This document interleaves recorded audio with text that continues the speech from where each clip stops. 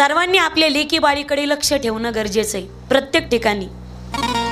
ती मंदिरात गेली तर ती मंदिरातच जाते ना 100%. ती कॉलेजला गेली तर ती कॉलेजलाच जाते ना. ती कथेला म्हणून बाहेर पडते घराच्या, ती कथेतच येऊन बसते ना. बरोबर बोलते ना मी? राग येईन तुम्हाला माझ्या बोलण्याचा, खरं बोललं तसा ख्यायला बी राग येतो. ती मैत्रिणीकडे म्हणून गेली पण मैत्रिणीकडेच जाते ना. पूर्वी घरं एकत्रित असायची, आज स्पेशल बेडरूमच्या नावाखाली लेकरं आमचे बेडरूम मध्ये रात्रभर काय करताय.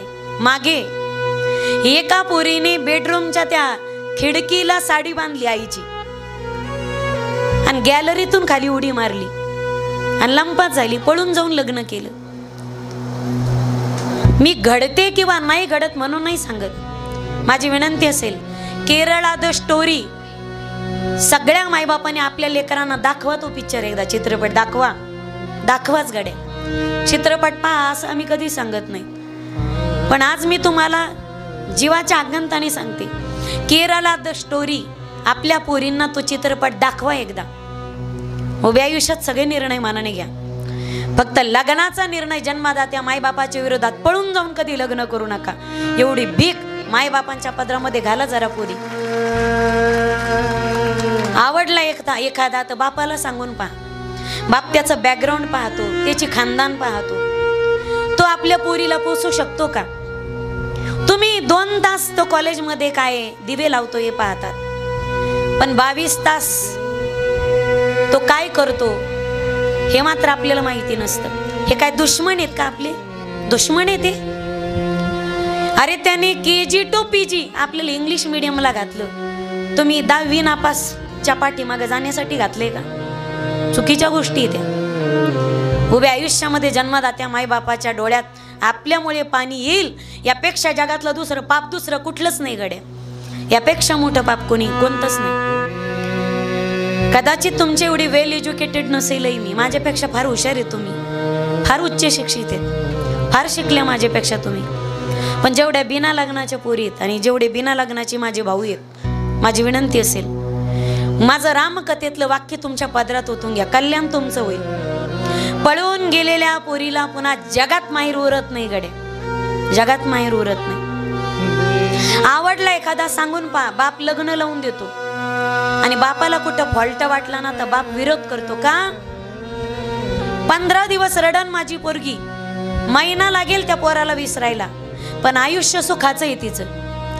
आज महिनाभर रडेल आणि महिनाभर नाही रडली तर आयुष्यभर रडायचीच पाळी येते. हा विचार आपले मायबाप करतात, विचार मायबाप करतात. अरे ठेच आपल्याला लागते पण वेदना त्या मायबापाला होतात. मला आश्चर्य वाटतं, अरे घरातून एखाद्या परक्या पोरासाठी पळून जाताना तुम्हाला कसंच काही वाटत नाही ग, कसंच काही वाटत नाही. मागच्या वर्षी पहा तुम्ही, 2 वर्षामध्ये तर एवढे जोडपे पडून गेले आणि त्याच्यात बीड जिल्ह्याची संख्या जास्त होती. हे मला दुर्दैवाने सांगावं लागतंय. बीड जिल्ह्यातलेच नमुने जास्त पडून गेलेत आणि सर्वात जास्त जर स्त्री भ्रूण हत्या झाल्या असतील तर तो बीड जिल्हा आहे. हा सगळ्यात मोठा कलंक लागलाय बीडला, पण आपल्याला हा कलंक धुवून काढायचा आहे आणि बीड मध्ये फार मोठी क्रांती करायची, फार मोठी क्रांती करायची. आपला जिल्हा वाईट नावाने नाही तर चांगल्या नावाने ओळखला गेला पाहिजे. मा सगळे अयोध्या रडते मा, लखनजीला शक्ती लागली हे कळाल्याच्या नंतर. हे माते तुझा आणि लखनजीचा काही संबंध नाही का? तुझ्या डोळ्यात पाणी नाही मा? तुझा आणि लखनजीचा काही संबंध नाही का?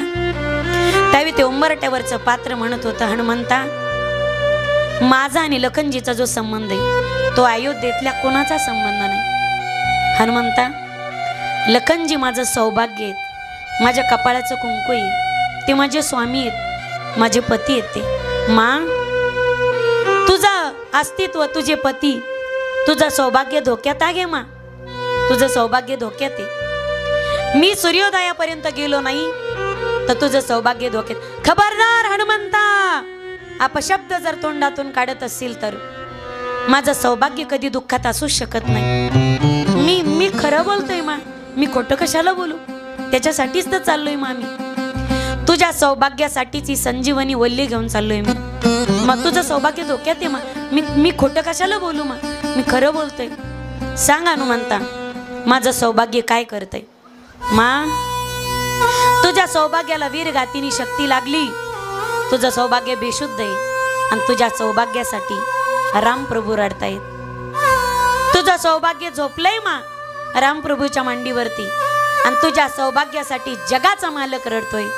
हे शब्द ऐकले त्यावेळी ते रघुकुलातली कुलवधू म्हणू लागली, हनुमंता मग तर न्याय झाला रे लेका, मग तर न्याय झाला. माझं सौभाग्य झोपलं असेल आणि माझ्या सौभाग्यासाठी जगाचा मालक जर रडत असेल तर वेदना वेदना ते जगाच्या मालकाला होत असेल, ज्याला वेदना होत असतील त्याला झोप कशी काय लागेल?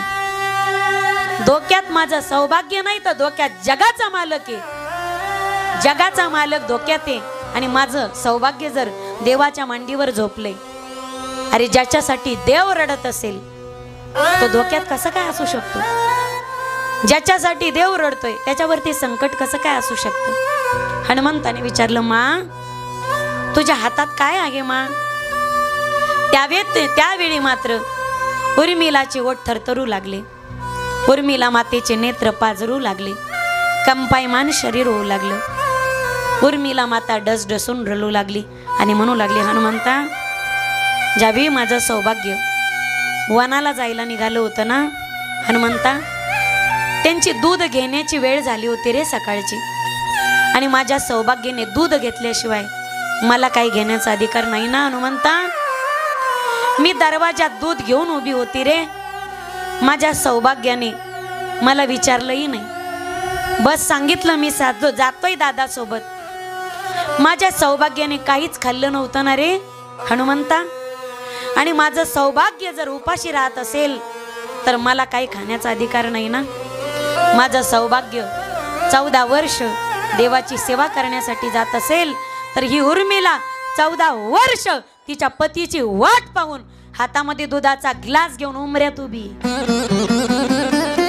आता तर हनुमंताची शंकाच गेली, अभिमान गळाला. मा अरे कोणात हिम्मत आहे तुझ्या सौभाग्यावर दुःख आणण्याची? गेलाय मा माझा अधिकार, गेलाय माझा अभिमान. थोडासा गर्व मलाही झाला होता की मी शेषासाठी लखनजीसाठी संजीवनी वल्ली घेऊन चालले, गेला माझा अभिमान. जर 14 वर्ष तुझ्या पतीची वाट पाहत तर तू दुधाचा ग्लास घेऊन उमऱ्यात उभी राहू शकते, तर तुझ्या हातचं दूध पिल्याशिवाय तुझ्या सौभाग्याला जाण्याचा अधिकार कोण देतंय? कोण देतंय? उर्मिलाजी म्हणतात, हनुमंता राहा ना अजून 2 दिवस. तुला जर सूर्योदयाची भीती वाटत असेल तर आज या रघुकुलातील एक कुलवधू, एक पतिव्रता शब्द देते, हनुमंता जोपर्यंत तू पर्वत आणि द्रोणागिरी संजीवनी वल्ली घेऊन त्या रणांगणावरती हजर होणार नाही, जोपर्यंत तू जाणार नाही तोपर्यंत त्या सूर्याचा उदय होणार नाही. काय टाप आहे त्या सूर्याची उगवण्याची. आज रघुकुलातली एक पतिव्रता शब्द देते, माझ्या आज्ञेशिवाय तिची उगायची हिंमत सुद्धा होणार नाही.